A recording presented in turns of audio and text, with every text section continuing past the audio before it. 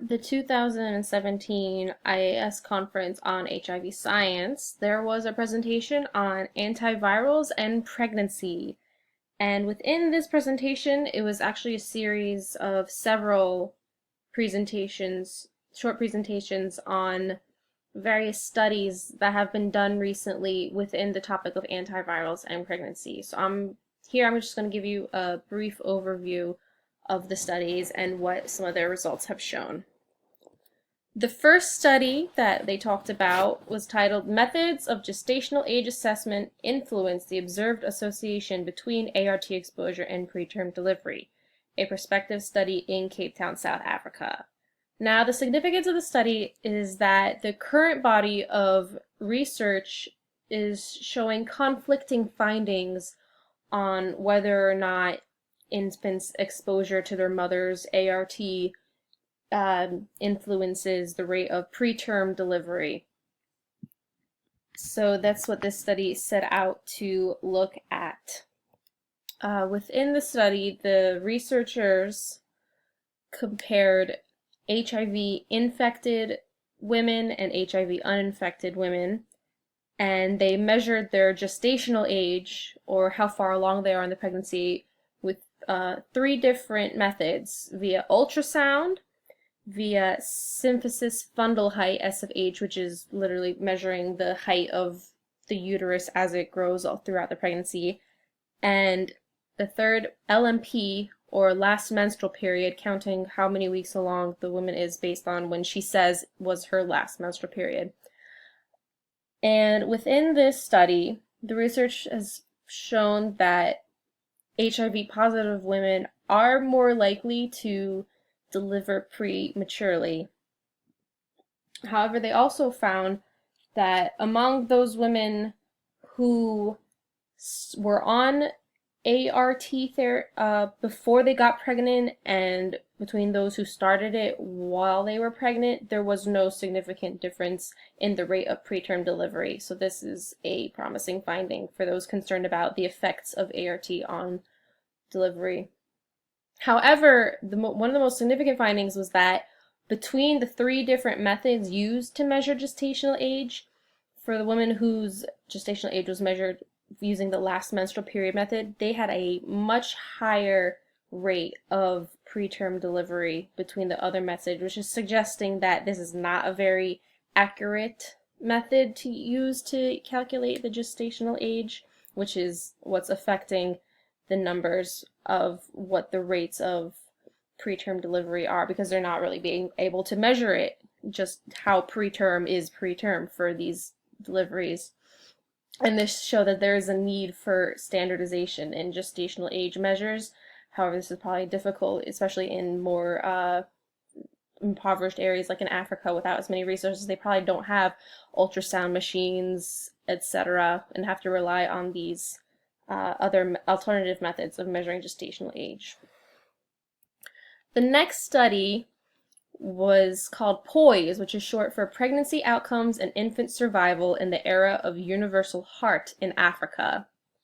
So currently we know that HAART, highly active antiretroviral therapy, nearly eliminates maternal to child transmission of HIV, but research still does not show, we still don't know what the impact of ARTs are on pregnancies. The study here measured preterm delivery and also low birth weight of infants as their adverse pregnancy outcomes that they looked at. Among pregnant women with HIV in Blantyre, Malawi, they looked at 677 HIV positive mothers and 469 HIV negative mother-infant pairs. Now, the key finding of this study was that there were no significant differences observed in preterm delivery or low birth weight between ART exposed and unexposed infants. So this goes along with the findings of the last study, which also looked at preterm birth between those who have been exposed to ARTs and not.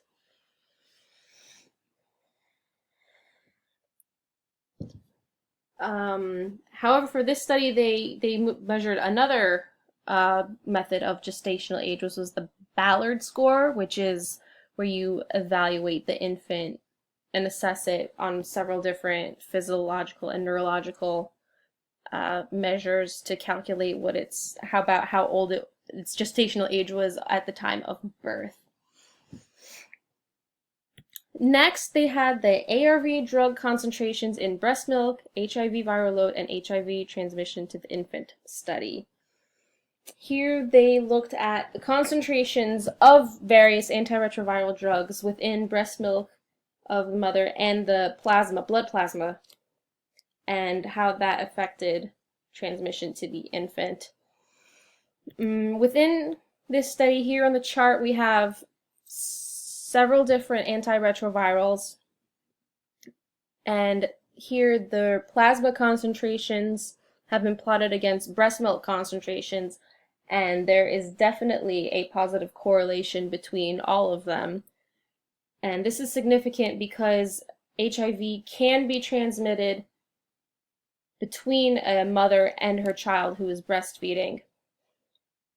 So, furthermore, this study has shown that having significant high plasma drug concentrations, they are associated with lower odds of having a detectable viral load, or HIV RNA, in both plasma and breast milk, and there's a reduced rate of breast milk HIV transmission. The same goes for having high breast milk drug concentrations. That also shows a lower odds of having a detectable viral load in both the plasma and breast milk. So this serves to highlight that the importance of maintaining plasma drug concentrations and breast milk drug concentrations in order to help prevent mother-to-child transmission of HIV through breastfeeding.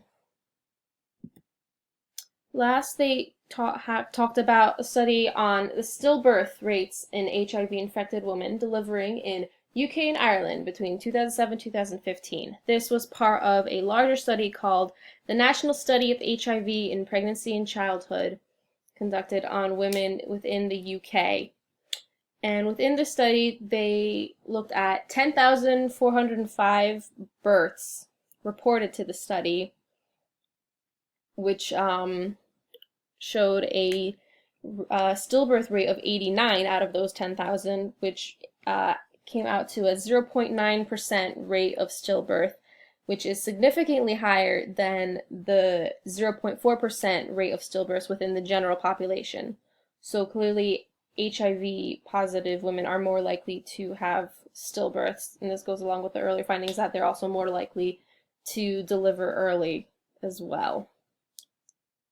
And within this study, within this cohort 10,000, some of the risk factors for stillbirth that they have found are that you're more likely to have stillbirth for women who have low CD4 counts of less than 350. The rate of stillbirth is higher in also primiparous women, which means that women who are giving birth for the first time as opposed to women who have given birth several times already. The risk is higher in women of advanced maternal age, and also, interestingly, the study showed that the stillbirth rate was much higher in women who were originally from sub-Saharan African countries compared to women who were born in Europe and other westernized countries.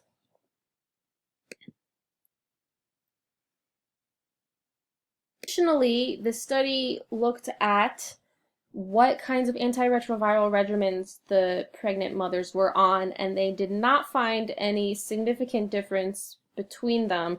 So women who are on a protease inhibitor-based regimen versus NNRTI, there was no significant difference between the rate of stillbirth.